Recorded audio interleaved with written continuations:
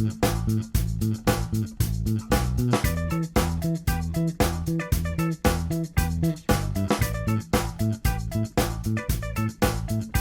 and welcome. It's lovely to have you back with us again. This is Tim and Tuesday from the outside, and this on the screen in front of you is the remarkable group of humans we get to work with to deliver our work. And as you know, if you've engaged with us before, our work is thoroughly rooted in efforts at systems change, which put equity at the center. And so today we're going to dig in to the big bang of equity and systems change, which was really one of the foundational articles we wrote when we launched the business. And this is the first time we pulled together a presentation on it. So you're getting something that was foundational with the 3 years worth of kind of like iteration and exploration on top of that. So good to have you with us. And here we go. That's great. Thank you, Tim. So what we're going to talk about today is kind of the idea that equity work is often like the universe exploding and expanding, and that's what we're up to here. So often equity work starts with a major event, a happening, an occurrence, a big bang, something happens that grabs our attention that we can no longer pretend that issues of race or gender or class or other forms of difference aren't present, aren't affecting us, aren't real. And often those events are just quite dramatic and a crisis. And those of you in Minnesota certainly know that that's the case, right? So we have this major event that pulls all of our attention to letting us know that equity and the search for equity must happen. And that's unfolding, right? So we talk about equity being a practice. It's not something it's not an event that we just get to. It might be catalyzed by an event, but after that, we have to keep going and we have to keep moving. Great. Yeah, I think that's right. And I love this idea that it's not a finish line, right? I think that's key to our work. And I think, Tuesday, obviously, equity at the heart of the outside is rooted in the relationship that you and I have with each other in many ways. And that, the outside's been around 3 or 4 years. We've known each other 15 years. And, there's obvious differences between us and there's less obvious differences between us. And we've had to navigate those as we've continued to work together. And that's really fed into the DNA of the work. And of course, our considered response to the context of the world that we live in also has demanded of us to put equity at the center of our work, but also it has been a strategic choice, right? Like, how can we actually genuinely look at large-scale systemic change in major institutions, across healthcare systems, across child welfare systems, across cities, right? These are all the contexts we're working in, if we're not really willing to address the distribution of power, right? The distribution of wealth, how class is impacting our decision-making, or race or gender. These are the fundamental beliefs that lead to the structures we are working within and delivering with. So of course, this is a moral choice. Of course, this is a interpersonal choice because of the relationship we have with each other. But this is also a strategic choice. If we want results, if we truly desire systems change, then it is unavoidable that we must engage in and address these issues. So this is the making change or making a difference, right? Do you want to make change? Because if you want to make change, if all you want to do is make change, you can run around like a nutter, right? Moving your budget here and renaming an department there and creating an equity person here and an innovation department there, right? But nothing actually changes unless you started to address some of these root cause issues, which is what we're about. We want to make a difference. We want to see difference. We want to have systemic impact in our work. That's right. So when we talk about equity, we are at a moment, I think a very precious moment, where more and more people are seeing that, again, and indeed everything is not fine, right? So those folks who have managed to kind of go through the world with quite a bit of privilege or access or influence, right, are even now, through COVID, through the uprisings, are seeing that everything is not fine. But of course, other folks have known for a long time that everything is not fine. And it's important for us to understand that people have different perceptions and experiences.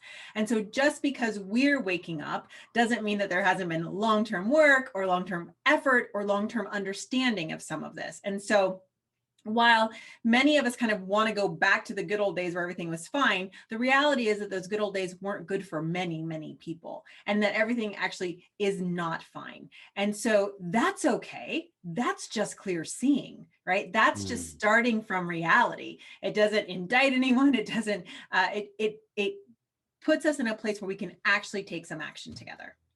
Right. And there's a real piece around building resilience, I think, Tuesday, like a resilience to see clearly, right? And to breathe that in without crumbling, you know? And I think that's a lot of the focus of our work, is that it is one thing to be confronted by that on the news every day, isn't it? You know, it is another thing not to be crushed by the shame, right? Or overwhelmed by the oppression and the impacts of oppression, or the kind of multi-generational colonialism that may stretch in our families, you know, whatever role we have played in it, of victim, witness, or perpetrator, you know? And so I just think this, you know, these times demand something of us kind of individually and as leaders. Like, the clear seeing is one thing, but it is quite another to be able to breathe that in, take a stance, and then act from that kind of centeredness, from a place of clarity, right? And I think these two statements really get at it, because sometimes you see something broken and you immediately go, problem, fix it. Right. And I think so many of us have been trained to do that. Like, it's like, we're a good leader if we can identify the problem and then we can fix it, and we've crossed the finish line and check, that is off our to-do list, you know. But the quality, and by quality I mean the nature of the challenges we're facing, the complexity that are embedded with them, the historical context that plays into them, demands a completely different approach. Long-term challenges require long-term solutions, right? Highly complex challenges, such as the ones we're talking about, of race, class, equity, right? They demand us to come up with complex solutions that are able to engage with the inevitable diversity of perspectives and experience that are embedded within it. So the tortoise becomes a better response rather than the hare, and the persistence of that tortoise, right? You know, I mean, I don't love Winston Churchill for everything he did, or nor what he stood for, but there's one quote that always struck me when I was a young man, which is that, you know, innovators are people who can fail again and again and again and remain enthusiastic, you know, or remain engaged. I can't remember his exact wording. And so I think there's something in the essence of that this little slide speaks to. Right. So, you know, you can tell we're giving, like, this is one way to think about it or another way to think about it. And so, you know, panic says we're in a dying system. We gotta figure this out. We gotta fight. We gotta sort it, or we just gotta get out, right? A different system practice is, yeah, we're in a dying system. And so what is available to us now that wasn't before? When many of us thought everything was fine, there was a lot less available than from when many of us are like seeing clearly and saying, we have to change this. And so it's not, although it can cause anxiety and even some panic to see that our systems are outdated, outmoded, are not serving people well, right? It actually is a huge opportunity to make some major shift. I think this is the difference. I was just reading an article about how after World War II, Japan became like an innovation powerhouse in the world, right? There was so much opportunity in what was being forced to be let go, whereas England went into a huge recession. They did a lot to come out of it. I'm not saying that they came out of it, but actually after winning the war, being the victorious system, they actually had a lot less opportunity to meet the world as it was than what Japan was doing. So there were major differences, right? So if we can begin to say, you're right, there is something wrong, this system is dying, we have a lot more opportunity if we just say, okay, let's practice something different. This is the opportunity to practice something different. And of course, that's scary when people are dying. I don't want to, it's not that this is an easy thing, but people are dying in our systems. That is what's happening. And so we have to try something different. We have to try new practices. We cannot just panic and wring our hands. We have to see these opportunities and take them boldly. Yeah, thank you. I like this one, and I'm glad this slide landed on me, right? Because a huge part of our work is really trying to move away from dogmatic responses. You know, from I'm right, there's a right way of doing this. There's a right way to do equity work, if you haven't read these articles, if you haven't done the 10 things that a white ally should do. You know, I think traditional equity training in many ways, although it serves a good purpose, right, in terms of educating people, can also become so dogmatic that it ends up excluding people, right, from the conversation itself. So I think there's something exciting here about, like, wait a minute, what if we could lean in and really center curiosity rather than a didactic approach to how we get change done? You know, whether that's the like how we're educating around equity, whether that's how we're educating around how change should happen. I mean, we are literally in work where we're designing 2-year roadmaps, where we're beginning to understand what the process is, right? But the outcomes are as a result of getting into work together. We don't know what they are ahead of time. We don't know what rightness will look like until we lean in and begin to engage with each other across our difference, right? And stay together, even though we will inevitably hurt each other and cross our lines of integrity. What does this one stir up in you, Choose? The word integrity is really big for me in this one, right? That we're not guided by our ideas, but we're guided by what we think is right, and not because we're holding on to it, but because we're actually listening and tuning in and being guided by a deeper force than just, this is how I've been told to do it, or this is how I think it should be. Let's go to the next one. Right. It's right. It's like we're reading all of our reading to provoke us to find our own way, rather than to tell us what to do. Or we're learning from our mentors, not because they know what to do, but because they can provoke us into our own clarity and our own learning journey, right? I love that.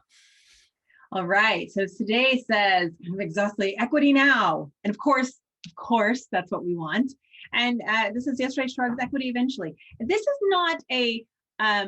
not a fall back and be resigned equity eventually. It's an understanding of ourselves, of being part of a lineage that did not get to an equitable world, as we may not get to an equitable world, but we still have to keep trying, right? The idea that there's a finish line in equity practice is erroneous, and it will burn us out more than anything. If we do equity practice well, we will be learning more and more and making the doors open wider for more and more people, and our practice will have to evolve. And so this says, I am part of a lineage of change makers, and I have a line that will come out forward from me too. And I want to create the conditions for those future change makers, right? So it's not resignation. It's like, yep, that's where we're going, and I can take the long view. I feel like equity is the thing that pulls us into the future, isn't it? You know, that desire for a society that serves all at the outside. And then we're always looking at what is the most pragmatic next step that we can take, right? And so the status quo, but we can't pretend anything other than dominant systems are built for self-preservation, right? You know, it is enormously challenging to shift systems where so much personal investment is embedded in the way things are, right? Whether that be on the level of my wealth or my self-esteem, you know. But ultimately, what complexity says is there are circumstances that demand our attention. And what if we could gather around those and begin to move them forward, right? And so I think the acknowledgement of, like, there's actually a fundamentally different way to approach our problem solving, right? Which isn't like we need to get here, let's organize to get there, which is predictive, right? But it's a lot more about where are we, what are the challenges we face right now, and who can we bring together to move them, right? Which is a lot more emergent in the jargon, if you like, right? That begins to start opening up doors to get to action, right? Rather than spending all of our efforts constantly trying to define it, right? Or understand the obstacles which are disabling us from taking action. Great. So, and almost our last word, not quite, but just to be clear, we really believe in taking action. We don't believe there's a perfect roadmap to moving toward an equitable society. And actually, it is less important what we believe, but it's actually most important how we act, how we enact the next world. That's what this is about, that we could talk about our theories forever and our ideology forever. And some of that will be helpful and useful, but until we actually move into the practice and take action, we will not get to the world we'd like. Yeah. We're going to discover our vision through acting. We're going to discover the relationships we need through acting. All these things that we often think are preconditions are not, right? They can be discovered through the work itself. And then, you know, I mean, it sounds obvious to say, but there's no easy answers. And I think we find ourselves often very distrustful of easy answers. You know, it's almost like when you're faced with a complex challenge, if something comes to you too easily, you should just be questioning it, you know? And so I think the root of our work is there's no easy answers. There's no one perspective that can find the way forward. How can we organize together to get it done? And Choose, I just want you to speak to Grace, because this is a quote. This is your quote. When I was making these slides, I quoted my friend Tuesday Ryan-Hart. So, and you know, to do any of this work, we just have to have some grace with each other. We will, if we are after a big bang practicing acting our way into our future, we will make mistakes. We will hurt each other's feelings. We will mess up and do the wrong thing. And so we have to have a practice of grace where we allow each other to be human beings, make mistakes, pick ourselves back up and keep going. And often that practice of grace really needs to extend to ourselves, right? We need to forgive ourselves for what we didn't know, what we didn't do, what we did wrong. But this practice of grace really underlies this way of working. It enables us to be courageous and take action because we know that we will be graceful with ourselves and others. So it's a key practice. Great. We love this quote. We often have it on our work, but it's just this, I don't know, there's times I can just feel it, you know? Where like even in these large virtual spaces, there's places where you can literally just feel the future beginning to happen, you know, through the quality of relationships, through the insight that is born across our differences. And I just trust that gut feeling almost more. I mean, I trust it more than any theory. I trust it more than any analysis or any data or any research. Like there are days on which I can feel it and hear it. And I'm grateful for that. It's hopeful. Me too. That's right. There's always a way, friends. Onward and let's keep moving. Thank you. Thanks, folks. Take good care. We'll see you next time.